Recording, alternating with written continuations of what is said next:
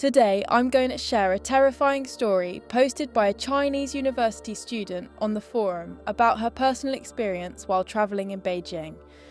The Beijing Nan-luo-gu-xiang hotel. This happened back in 2014, during the Mid-Autumn Festival. I went to Beijing with my dorm mates, To, Wang, Chang and Duan. Our other roommate, Mu, didn't come along since she wasn't close with the group. The five of us checked into a hotel in Nan-luo-gu-xiang. Duan and I shared room 110, while the other three took another room. Our room was old, with this huge vintage carved mirror in the middle. Round, retro, and honestly, super creepy. After showering, Duan and I were chatting, watching TV, and messing around on our phones. Soon I got sleepy. I glanced over, saw Duan was already asleep, and turned off the TV with the remote to go to bed. Just as I was drifting into deep sleep, half awake, I heard a rustling sound, like someone rummaging through a bag. Thinking Duan was looking for water, I mumbled, "Turn on the light, don't fumble in the dark." But when I rolled over, Duan was lying right next to me, eyes wide open, staring at me. I nearly jumped out of my skin. Before I could yell at her for creeping me out in the middle of the night, the rustling came again, from the TV stand. Don squeezed my hand under the blanket. We both froze, listening, not daring to make a sound. My first thought was a thief. I squinted toward the TV stand at the foot of the bed. Nothing. We just stared at each other, hearts pounding, wondering if we'd stumbled into something supernatural. Finally, I couldn't take it. I grabbed the remote and turned on the TV. The noise stopped. I asked Duan, "You heard that, right?" She nodded and whispered, "Maybe it's a rat." I scoffed. "This is a nationwide chain hotel. Rats? No way." It sounded like someone going through my bag, and it's right there on the TV stand. I checked my phone, past midnight, not long since we'd fallen asleep. Sleepiness hit again, so I turned off the TV and tried to sleep. But in that half-awake state, the rustling started again. I broke out in a cold sweat and nudged Duan. She was awake, staring at me, and the rustling kept going. Duan mustered her courage, lunged out of the blanket, and flipped on the bedside lamp. The noise stopped instantly. Our scalps were tingling. We'd read about hotel ghost stories, but experiencing it ourselves, terrifying. We waited for a while. Nothing. My phone showed it was just past 1 a.m. Gathering our courage, we got out of bed and checked the TV stand. Everything was untouched, no signs of tampering. We climbed back into bed, but the room was too bright with the lamp on to sleep. So, we left the TV on with the sound muted, turned off the lamp and tried to sleep again. In that half-awake state again, the rustling started. This time I was more angry than scared, like, "Are you serious? Let us sleep." I grabbed the remote and chucked it at the TV stand. The noise stopped for about 3 seconds. Then the window above the bed started rattling, clattering like crazy.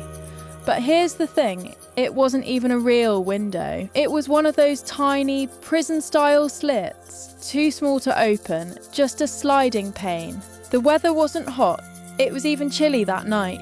We hadn't touched the window, yet the curtains were shaking, like some furious person was tugging at them. Duan pressed closer to me, terrified.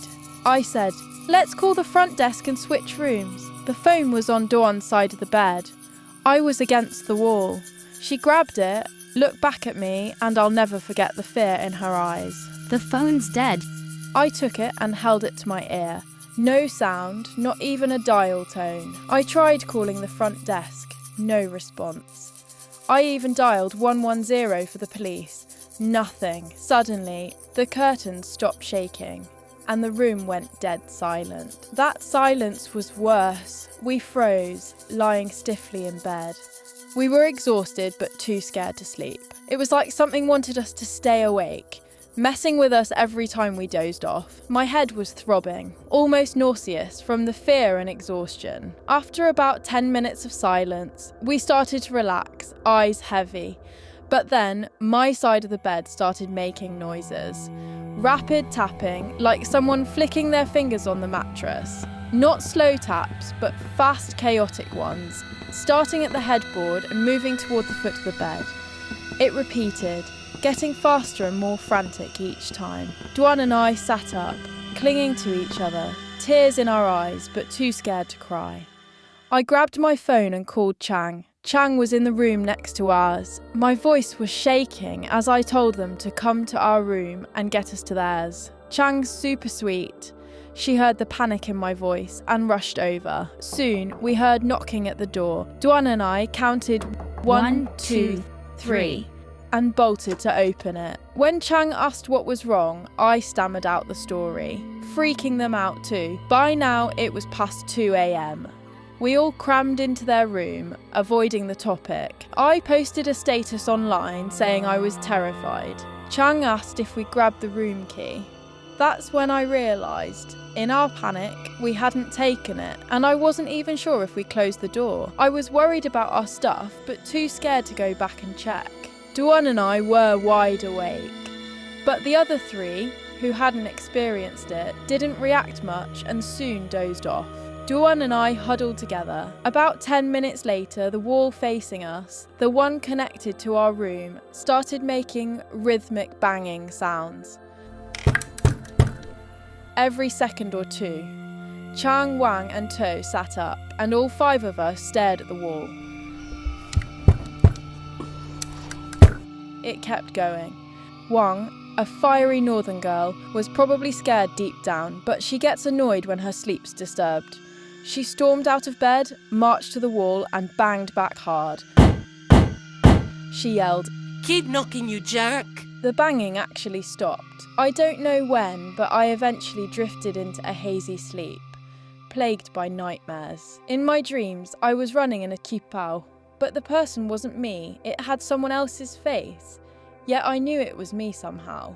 Ever had a dream like that? It's hard to explain. The next morning, Wang, Chang and I went to the front desk to ask them to open our room. The staff looked annoyed since we'd left the key inside. Chang, always chill, didn't mention the ghost stuff, but asked why there were rats. Wang wasn't having it. Rats? That room's haunted. What kind of place are you running? Giving guests a creepy room like that? What if something happened? The staff's face darkened. Wang kept grumbling, but the clerk cut her off. Maybe it was rats. I'll open the door and you can grab your ID for verification. We got our IDs and I verified them with the clerk. Back in the room, Duan whispered that the room key was gone. I was like, no way. We left the light on and the key in the slot. We searched our bags, the bed, everywhere. Nothing, no key. At checkout, the staff got snarky, implying we lost the key and lied about leaving it in the room. They wanted to keep our deposit. I insisted, the key's in there. We never left the hotel. Can you check again? They grudgingly agreed to look. Wang was losing it by now. She hadn't eaten breakfast and we had a train to Tianjin to catch. We argued with the manager, who wasn't exactly friendly either. Wang stood by the bed, right next to that creepy mirror, and snapped at the manager. That room's got problems, and you still let us stay there. Be glad nothing worse happened. And now you want us to pay? She pulled out her phone to take pictures, saying she'd post online about their haunted hotel.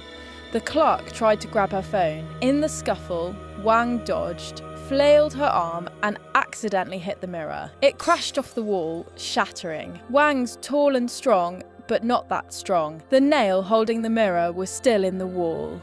Passers-by kept peeking into the room. Wang's hand was fine, her phone too, but the clerk's phone grabbing pissed us off. All 5 of us went off, yelling and jumping around. A crowd gathered. The manager shut the door, said to forget it, and told us to pay and leave. We didn't want to stay either. Our Tianjin train was waiting and we hadn't even picked up our tickets. At the station, we grabbed McDonald's and hopped on the train. Duan rummaged through her bag, then gasped. She pulled out the room key. Wang rolled her eyes.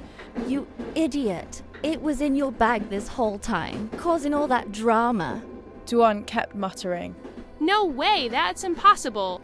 And it was. We'd left the light on. The key in the slot. In our panic, we didn't touch it. How did it end up in her bag? The next 2 nights in Tianjin were fine and we had fun. We thought it was over, just a weird memory. But back at the dorm, strange things kept happening. For the first 2 weeks, stuff went missing. Duan's underwear vanished from her desk after she hung it to dry. We teased her like, who'd steal that? Everyone lost small things, nothing valuable. So we didn't make a big deal. No thief could have come into our dorm, and we didn't want to accuse each other, so we stopped searching too hard. I never mentioned our other roommate, Mu, the one who didn't join us. She's a local, rarely stayed in the dorm and barely showed up to class. After Tianjin, she hadn't been back once, until that day. I've always had trouble sleeping and my bed's against the left wall, with Mu's to the south and Toes to the north. Knowing Mu stays up late, I braced for a sleepless night. She's not considerate and honestly, she's the only one not intimidated by Wang. That night, I was lying in bed, reading a novel. Around 11:30 p.m, I turned it off. Our dorm has loft beds with desks underneath, and we each have curtains around our beds for privacy. Once you're tucked in, you can't see anyone else or what's happening on the floor. Just slivers of light through the gaps above the curtains if someone's using their phone. That night, I couldn't sleep. Mu's bed was so bright it stung my eyes. I figured she was chatting with her boyfriend as usual. I didn't say anything, just tried to deal with it. But her light was weirdly intense, coming from above her bed. I thought maybe she had a desk lamp on, browsing on her laptop below. I even listened closely. There was a faint rustling like typing. Mu and Wang both snore lightly, and I could tell it was her snoring. But then I heard it. Mu's snoring coming from the foot of my bed. Was she asleep down there? She'd catch a cold like that. I hesitated, wondering if I should call out to her. Just as I leaned out to check, I heard footsteps moving toward the door. Listening closely, it was definitely someone walking. I figured Mu woke up and went to the bathroom. I even heard the door open, not slammed like she usually does, but gently closed. That was oddly considerate for her. I still couldn't sleep, so I started counting sheep. A long time passed and Mu didn't come back. Her bed's desk lamp was still blazingly bright. I poked my head out from my curtain to check her spot. My heart sank. Her desk lamp was off and her laptop was off too. The light was coming from outside. Maybe a street lamp reflecting through the window. I listened again. Yep, Mu's snoring, clear as day. But all 6 of us were in the dorm that night. So who went out? The next morning we were all washing up when it piped up. Who went out last night and didn't lock the door? I asked you, didn't you lock it? Yeah, I locked it. But this morning I was up first and the door was unlocked. One of you must have gone out and forgotten to lock it. We asked around. Nobody admitted to leaving. I knew someone had gone out because they never came back before I fell asleep. Later, I found out Duan was also awake that night. She heard someone leave too, but didn't think much of it at the time. That day, Wang and Chang got into a fight. Wang's always been bossy, controlling Chang, and that morning, they weren't speaking. While washing up, Wang accidentally knocked a mirror to the floor, shattering it. Glass was everywhere, but Chang didn't help. Wang, grumbling and slamming things, ended up cutting her finger while cleaning. Wang was in a foul mood. When she's mad, she stress eats, hitting up the nearby hutongs to buy snacks and drink red wine. She asked if I wanted anything. I had a part-time job that day, so I said, let's go together. On the way, Wang vented about Chang, calling her heartless. Honestly, I leaned toward Chang. I was fed up with Wang's domineering attitude. I defended Chang a bit, and Wang's temper flared. She stormed off, leaving me 4 or 5 meters behind. I was annoyed too and didn't want to chase her. At the north gate, Wang was about to cross the road. I watched her rush forward, and then a car hit her. She flew through the air, blood pooling on the ground. I ran over, frozen in shock, completely panicked. The driver jumped out, yelling for me to help get her to the hospital. The driver paid and Wang was rushed to the ER, multiple fractures, blood clots in her brain. Chang and I felt awful. If Chang hadn't ignored her, if I hadn't argued with her, maybe Wang wouldn't have stormed off and gotten hit. The other roommates, except Mu, rushed to the hospital. Wang's parents arrived too. Chang and I apologised, guilt-ridden. Wang's mum, after hearing me, slapped me hard. My head spun. She hit like she meant it. Chang jumped in, begging, "It's my fault. I fought with her. Don't blame her. Hit me instead." That night, Wang woke up, frail but alive. The next day, the police came to investigate. The driver insisted Wang ran into the road. I saw it too. She did rush out, but after that slap, I was too scared to speak. Wang said she didn't see the car. It was snowing hard, big flakes falling, and she was in a hurry to cross. She swore there were no cars when she looked, and she doesn't know why she felt so rushed.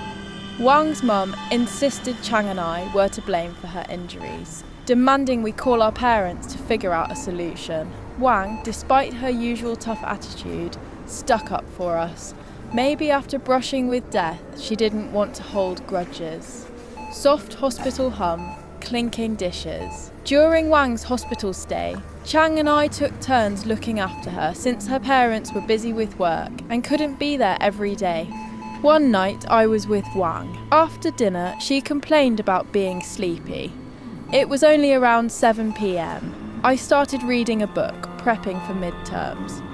Around 10 p.m, I was about to sleep when Wang started thrashing her arms in bed, like she was grabbing at something, making these low, muffled ooh sounds, as if trying to speak but couldn't. I figured she was having a nightmare and gently shook her. She woke, glanced at me, said nothing, and fell back asleep. These episodes kept happening more often. I thought it was trauma from the accident causing bad dreams. About 2 weeks later, our dorm group visited Wang. She'd grown quieter each day, her eyes dull and lifeless. When we walked in with fruit, she didn't even acknowledge us, just stared. I took an apple and some grapes to wash. Duan and the others chatted with her. As I approached the room, about 5 or 6 meters away, I heard Wang screaming. I ran back. Doctors were already there. Wang was on the floor, hands over her ears, yelling, Stop talking to me. Stop talking. I don't want to hear it. No one could calm her. When we tried to help her up, she'd claw and swing at us. I asked Duan, "What did you say to her?" "Nothing. We didn't upset her. We just asked how she's been, and she ignored us. Then, out of nowhere, she struggled to get out of bed and fell." I asked the doctor what to do. He hesitated about giving her a sedative, unsure if it was a tantrum or a mental issue. She raged for 7 or 8 minutes. A crowd of onlookers gathered, and an old man behind me whispered to someone. Maybe she ran into something. Right then, Wang collapsed, her head hitting the floor with a dull thud. It took a lot to get Wang back to bed. The doctor checked her. She was just unconscious. No major issues. The next morning, Chang called us, frantic, telling us to get to the hospital. When we arrived, Wang was lying in bed, eerily calm. Chang said she'd been like that since waking up, not responding to anything. The doctor ran tests, nothing wrong, probably just her mood. But it didn't feel like a mood. Wang's face was blank, no anger or sadness, just peaceful in a creepy way. Duan pulled me aside and asked if I thought Wang's behaviour was strange, not like a real illness. She hinted it might be tied to our Beijing trip. It's been so long I hadn't even considered it. Duan thought we should tell Wang's mom. When she did, her mom wasn't shocked, just said, I understand. calmly. A few days later, during a thorough checkup, the hospital found Wang had gone deaf. She was taken home, first on medical leave, then dropped out of school. Her condition never improved. One day, Mu asked us in the dorm what really happened. Since Beijing, my health had been off. Not major, but nagging. I had a private study cubicle in the library, the kind grad students rent.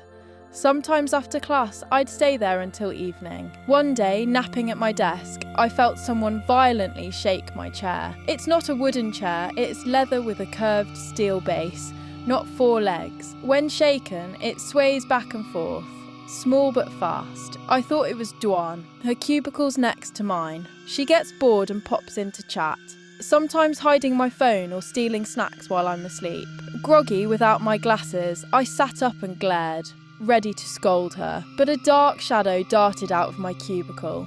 I figured Duan got spooked by my angry look. That night, walking back together, I brought it up. Duan swore it wasn't her, even swearing on her family's lives she didn't come by. After that, my eyes kept hurting, like someone was digging at my eyeballs. Once, the pain was so bad, I threw up and spiked a fever. It got worse. Every afternoon around 2 p.m, I'd start sweating and burning up, but by night it'd pass. I took medicine, but it didn't help. Every morning my pillowcase was covered in hair. Then I started vomiting after eating anything. I went to the hospital, no diagnosis. Duan had issues too since Beijing, sleepwalking. Before Wang's accident, Duan started doing it every few days. Wang noticed first. One morning, she asked Duan why she was combing her hair so late. Duan was confused. When? Wang said she was up chatting with teammates past 2 a.m. when she felt her bed ladder shake. Thinking Duan was going to the bathroom, Wang followed. Instead, Duan sat in her chair, no light on, aggressively combing her hair, like it wasn't even hers. Wang went to the bathroom alone, and when she returned, Duan was climbing back to bed. Duan denied it, saying Wang dreamed it. 3 or 4 days later, it happened again. Wang caught her, shouted, waking me in tow. Wang pointed, "See? Combing again. Your thick hair needs nightly brushing, huh?" In the dark, I saw someone in Duan's chair. No lights, dawn power cuts off at night, just moonlight. I called Duan softly, no response. She stood abruptly, climbed to bed, and went still. Tu and I, seeing her back in bed, relaxed and pulled our curtains shut. My condition worsened. Doctors found nothing, maybe gastritis, they said.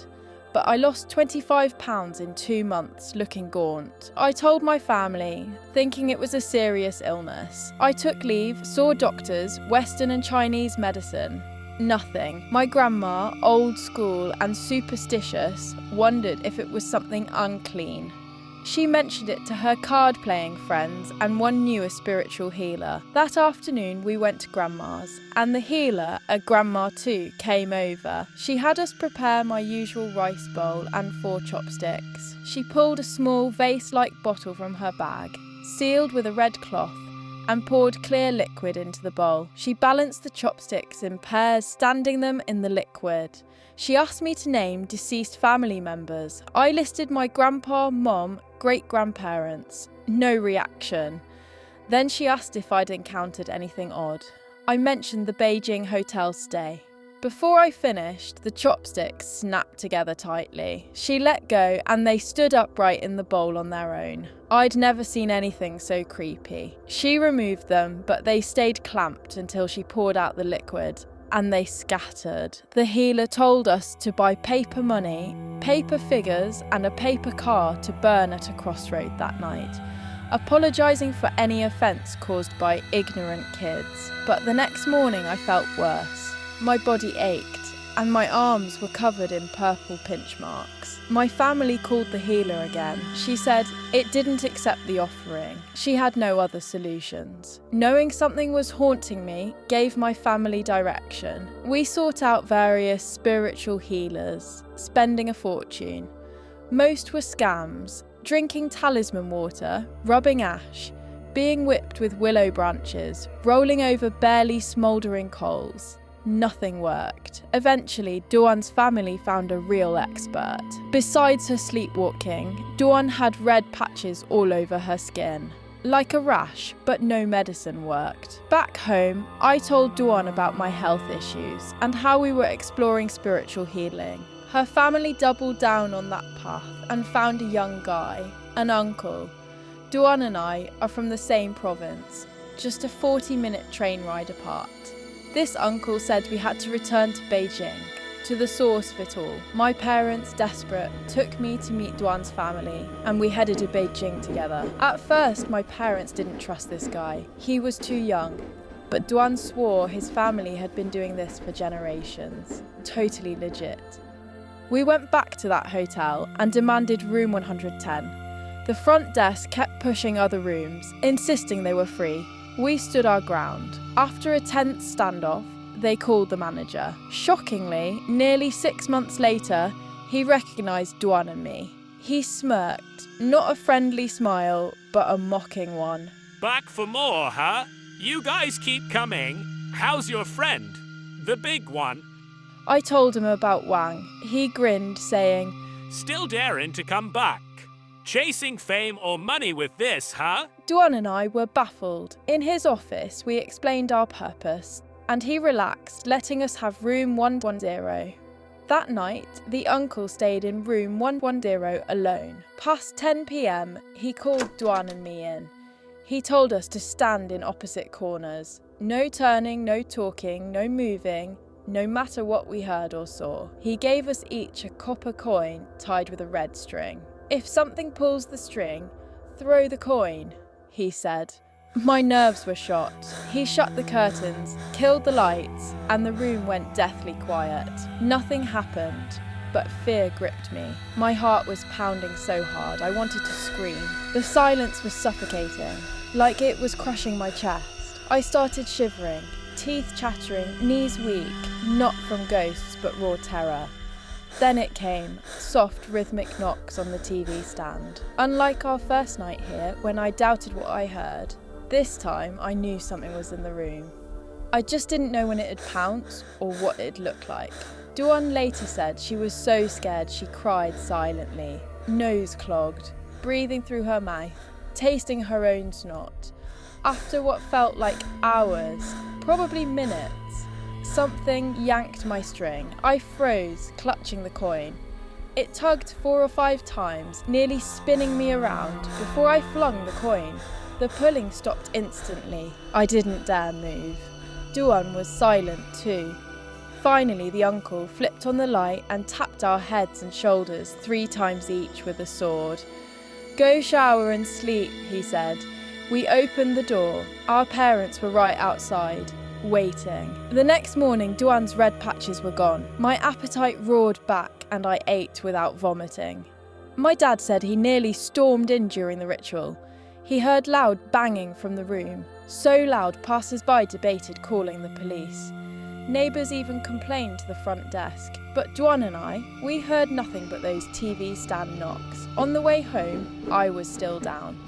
If we'd found this uncle sooner, maybe Wang would have been okay. I asked if he could help her. He took the last character of Wang's name, did a divination, and said not to blame myself. Her deafness was physical, not caused by the hotel's spirit. It's her own fault, tied to greed, he said. He added, That manager's no ordinary guy. He's stirring up trouble, but someone will deal with him. I didn't understand, and he wouldn't elaborate. Physically, I was better, no more vomiting, but the ordeal messed up my finals. Nightmares and hair loss persisted, so I started counselling. Moo posted our story on the school's forum and Ren, causing a stir. Everyone knew Duan and I took leave, but not why. I said I was sick. Duan said she was travelling. Moo embellished it, adding ghost stories about the school. It wasn't over. On December 18th, 2015, Wang passed away. Classmates kept asking which hotel it was. I can't tell you. I don't want trouble. And I'm worried curious people will go poking around and get hurt. But here's a warning. If you stay at a chain hotel near Nan-luo-gu-xiang, avoid room 110. I've described the room and hotel. If you find a match, switch rooms. Trust me. Have you ever stayed in a place that felt wrong? Share your stories in the comments and don't forget to like, subscribe and hit the notification bell. Good night.